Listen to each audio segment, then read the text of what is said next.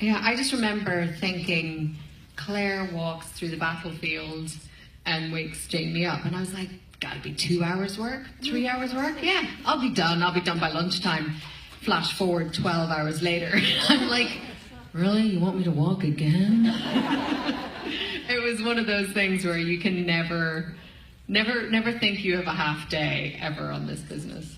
One of my favorite parts of that, actually, is Ron's script is the rabbit.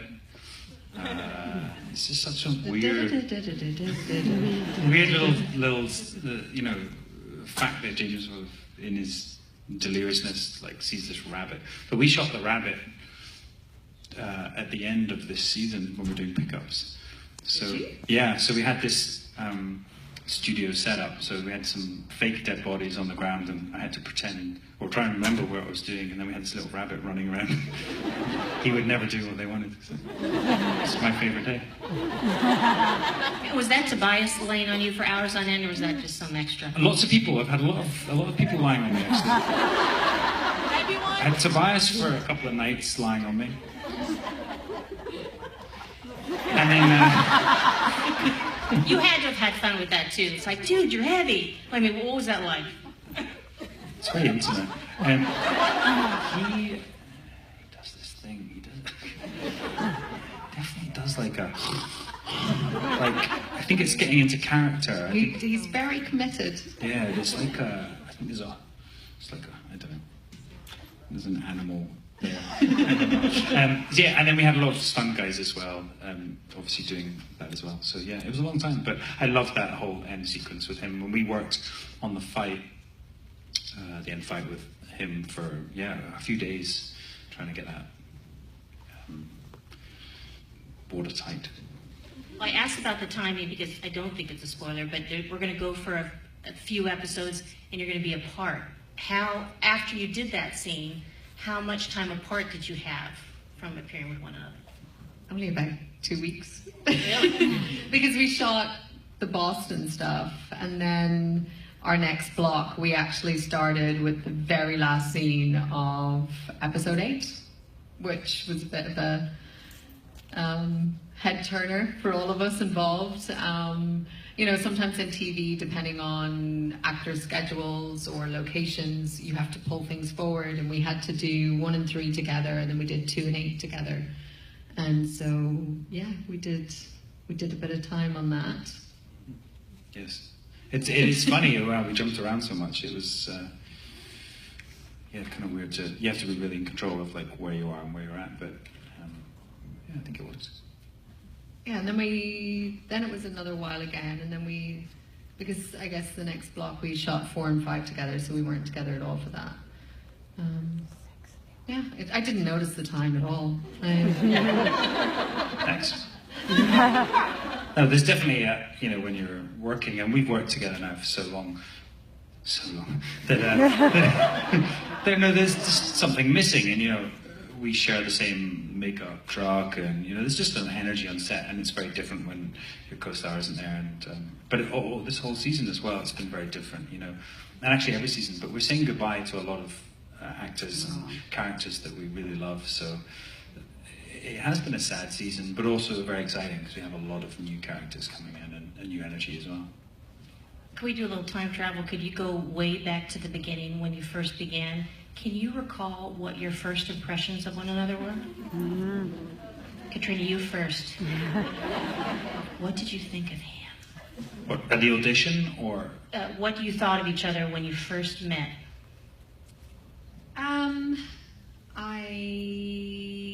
I remember I was running a teensy tiny bit late. Which is never a good thing for a test. But I just remember Sam being very calm and very, just very sweet, and he was just very friendly, and there didn't seem to be, I've said this a million times, but some people you walk into a room and they're very posery and they've got a lot of ego and there's a lot of posturing. That didn't come till much later with him. So in the beginning he was very, very sweet. How things change.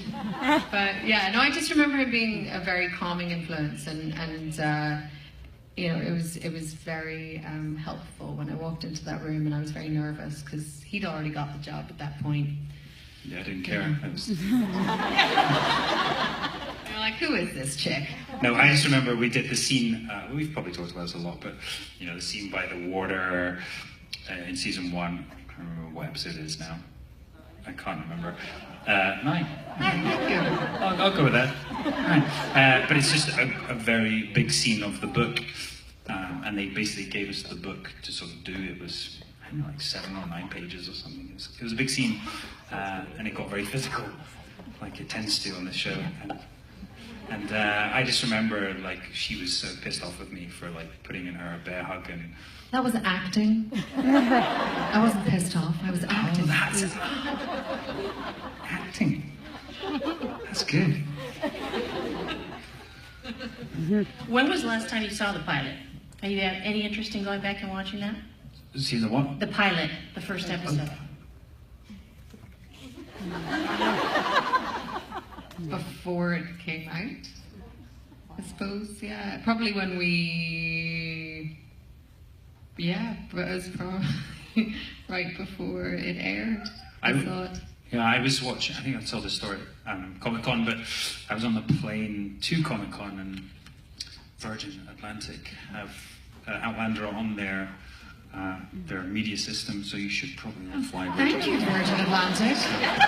Fly If they want to Virgin give me Atlantic any and miles. revisit Outlander. Yeah, so there was a woman watching the first season, and she was watching, I think, what episode was it? It was maybe like 4 or 5, very early on, and I was watching it, just going, oh my god, like over her shoulder, going, it just feels like another person a long time ago. It feels very different. What have you learned about your characters in the course of that time that you didn't really obviously know? What do you, how much more do you know now about the folks you play?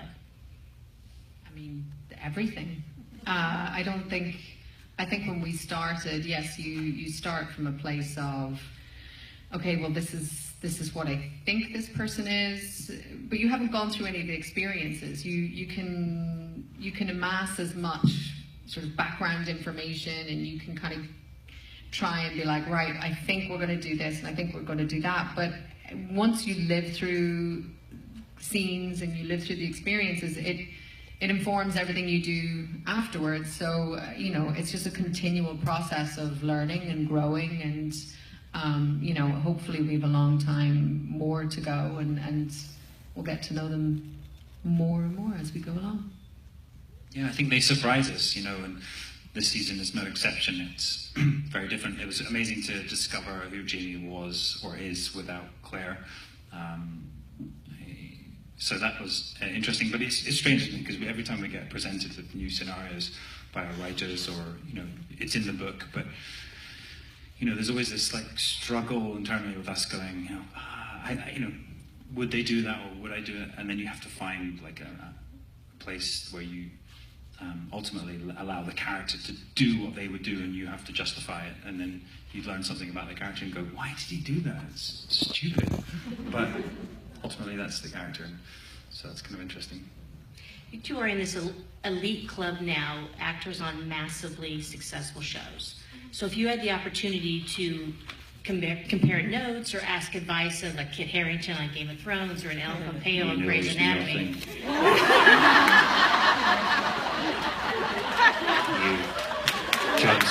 Wait, did you hear what he said? Okay, if you're at a dinner party with these people, what experience would you share with them? What would you talk about? Do you get this, or do you get that? It's funny, I was just working on, I've just been shooting on a movie, and my makeup artist works on Game of Thrones. So it was just interesting to talk to her about how that runs, and it's just the similarities, I guess, are quite interesting. But it would be lovely to sit down with those people. I think I have a friend who's on a long-running show, and I sat and I was talking to him almost a year ago now. But I think it's how do you retain the freshness season after season. I think that's something that you always try and strive for, that you never really want to rest on your laurels, and you never really want to just do the same thing over and over again. You want to constantly feel like you're being challenged, and that retains your interest, and that retains your excitement about a character. And I think it's always interesting to hear people who've done it before, how they go about it, and how do you make sure that you're doing the best job you can do and getting as much out of this experience as you can, because it is very rare that this happens. And I think we're very aware of that. You know, we're definitely very fortunate and we're very lucky, and I think you just want to make the most of those situations when they're presented to you. I was wondering if any of you had any questions. No? Okay. It doesn't seem like there's many. I got some microphones going around. Go ahead. Raise your hand. We're going to start over here. Go.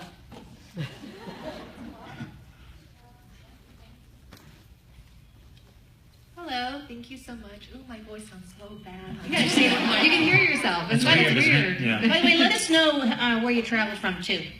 I traveled from Astoria, Queens.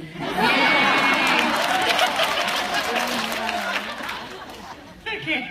And so far. My question is for both of you. I'm curious to see, for every episode, about how many hours do you guys have to shoot? Because I know it's probably like 50 pages-ish. All right, can somebody do maths really quick? Not me. So we generally shoot, what, 12, sometimes 13 days an ep, right? Yes. Yeah. Thanks. We double back. So that's, then that's 11 hours shooting, 12, no, 12 hours shooting days. 12 hours shooting. That's just a 10-hour day. Yeah, sorry, so 12 hours shooting, 12, 13 days a week. Someone can calculate that, 'cause I can't. But then they go over sometimes. So we actually, in comparison to a lot of shows that are shot in the US, a lot of network shows or a lot of shows that are shot here are generally on an 8-day schedule. So we do have the luxury of more time. I think that's partly because the nature of our show, we don't really get to run 2 units at the same time. I think also we shoot outside a lot, but also, and we just like to put a lot of effort into what we put on the screen. I think the prep as well, on like a modern TV show, I think you could probably turn up, an hour before and get your hair and makeup done, and you're on set. We have so much. We're in hair and makeup. It takes a long time to make him Jamie Fraser. That's Next question, over on this side. moving on. Where's the foot? Hi, I'm Jennifer, and I live in Harlem, so not a far away. If you could appear on Broadway, what role would you want to play? Does it have to be a musical? It doesn't have to be a musical, just something I can work in. I would love to do The Lovers, a Harold Pinter play. Oh, that's great. I could. Do you want to do it together? Yeah. Should we do it? The second half of the young couple on the hill. I could be the really young kid. He's like 14 or something. I think you've passed that. I think I Okay. passed it. Next question.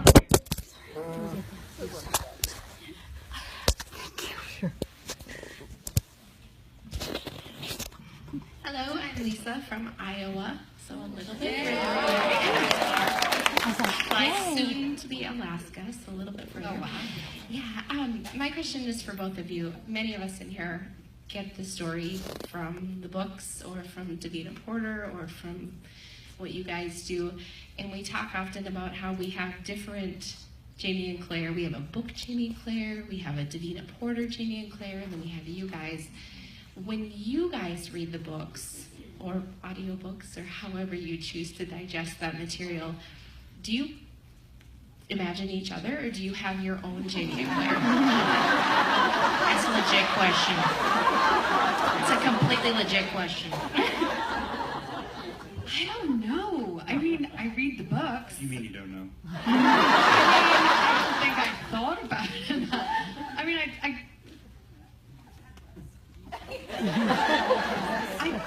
I don't think they're, no, they're not us. I don't know who they are, but they're different people in my head.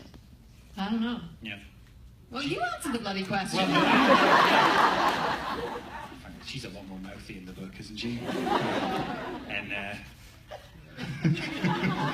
shut up. Oh, Genius. do you go through going, my bit, my bit, my bit? But basically, is that going to be my day off? Day off. Oh, Yeah. damn. Oh, fighting again. Scars. Thank you, and thank you, Sam, for NPC as well. Thank you. Thank you. Thank you. Thank you. Side over here. Up here.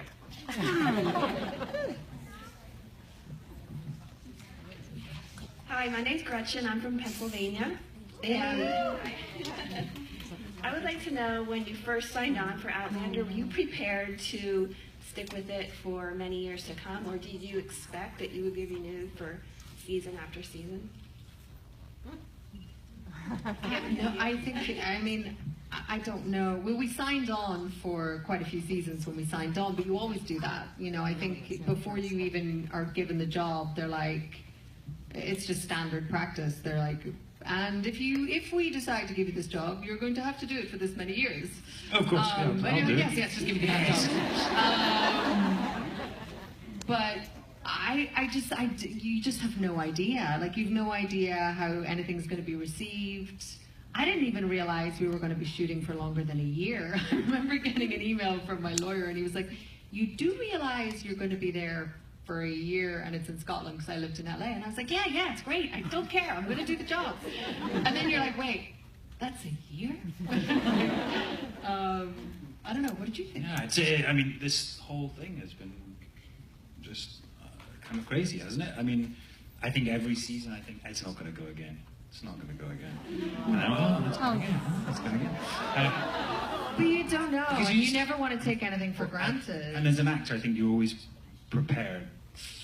You know, you're always prepared for things to change, because you know you never know in this job. And so I just think every time we start a new season or a new day or whatever, a new episode, it's You're like, tomorrow's never going to happen. just get through today. No, we just feel very fortunate. It feels like something very special. Next question.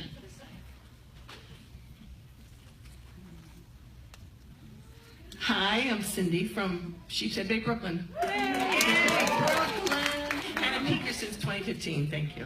Thank you. This is for both of you. What was it like shooting the Entertainment Weekly cover with Ruben Affinardo? Was it great or what? I adore Reuven. He is an artist. He has the most gentle demeanor. He creates this lovely space where he just goes, and just a little here, and just a little there, and you're like, oh, I'll do anything you ask me to. It was beautiful. I mean, it was just a really beautiful day. It was before we started shooting any of the South African stuff, so we just arrived. The costumes are brand new, right? 2 days that we got to South It was? Africa. Yes, we got Was off it the 1 plane. day or a 2-day shoot? Sorry, 1 day or 2-day shoot? it was a 2-day shoot. There was a second setup. I don't know. Maybe you're hiding those pictures somewhere. Okay. Sorry, there wasn't. There was only 1 day. Oh, yes. The next. Where are they? There was. I love the stuff in the water. You can see it, but that's in the studios, and they've got this incredible setup there. Well, it's outside at the yeah. Yeah. They've got their own little Caribbean town and a little fake. You've got the motorway going past. Yeah. It's really odd. But it was incredible. Right? Yeah, I think it's a great look to the show and very different to what we've done before. So thank you, Entertainment Weekly. And Ruben. Thank you, Entertainment Weekly. Thank you. We're standing up for women in the back going nuts. There you go. Hi, guys. I'm Stephanie from Setauket, Long Island Outlander fans. Hi, guys. I'm really curious. When you finally, Sam, were able to stick that sword through Blackjack, finally after 2 seasons, and Katrina, how did that feel? I mean, did you, like, feel it inside? Has it been something that's been, you know, you guys have been, like, playing, like, kill him, no, wait a year. It's been a big, big thing. So I just want to know what your feelings were about that.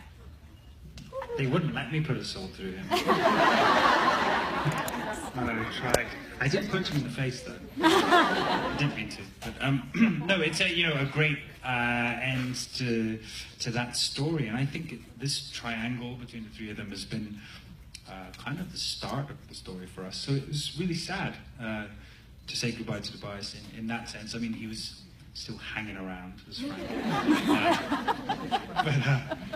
It was just so fun, and I think it's a really weird world that they go into in this episode. You know, they've been fighting for so long, and it's almost like Hades or something, and suddenly everyone's not there, and it's a very strange place, and ultimately they both almost die together in an embrace, and I think that's really messed up. Diana Gabaldon, thank you. But yeah, I think it's a very worthy end. Cool. Next question over here. Hi, my name's Charlotte. I'm from Virginia. I have a question about the outfits you guys wear. You're in 3 seasons now. You've gone to different countries, and now you've worn many outfits from different countries. Which one was your favorite so far?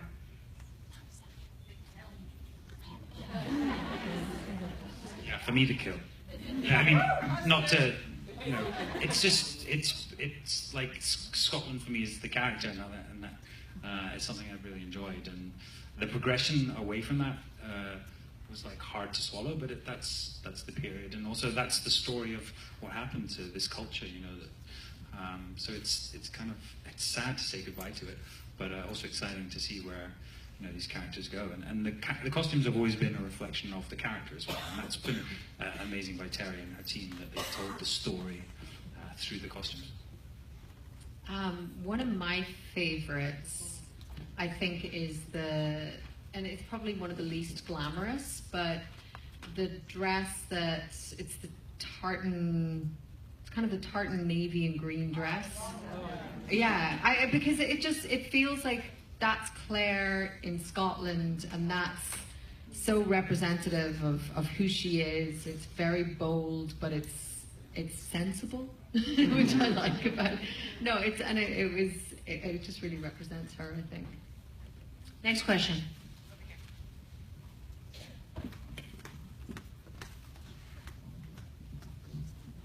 Hi, Tina and Ellen from Chicago. Hey. We flew in from the Windy City this morning. And so here's my question. It's about your process. I mean, you can't have personally experienced all these emotions that you portray. So what are your processes to find that within yourself? I mean, and it could be different for you, and I'm curious how you get where that needs to be.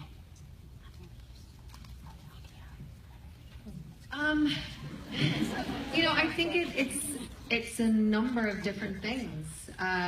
It depends on the scene. It depends on what's required.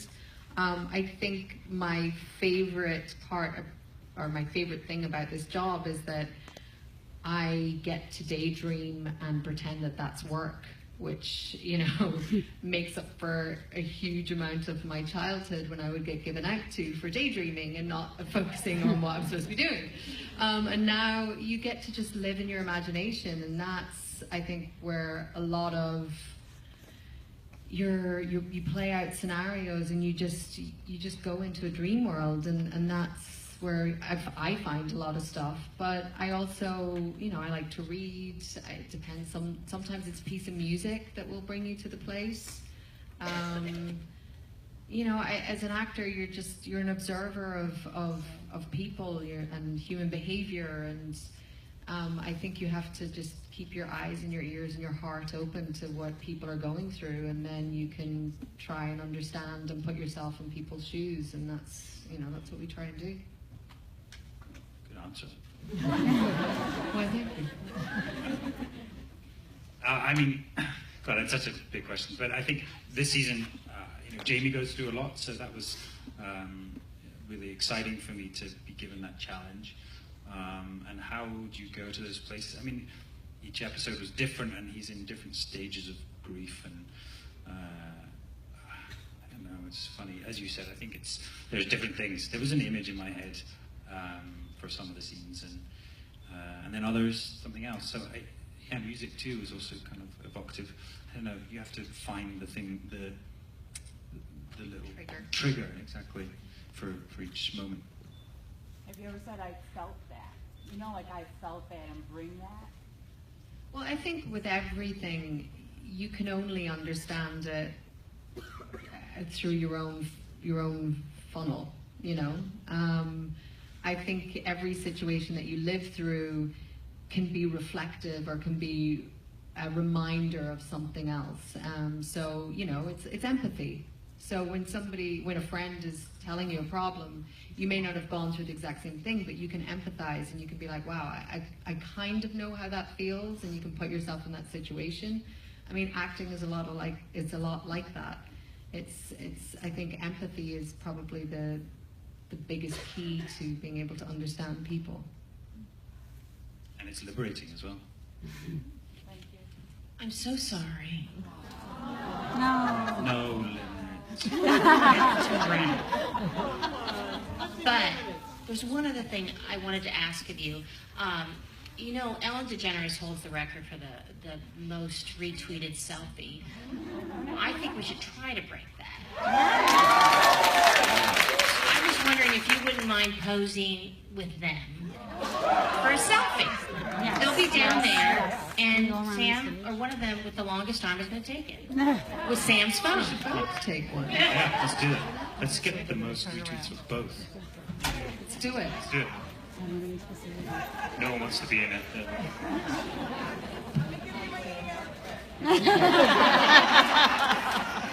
What is he doing? He's going to just behind with us. So I think we all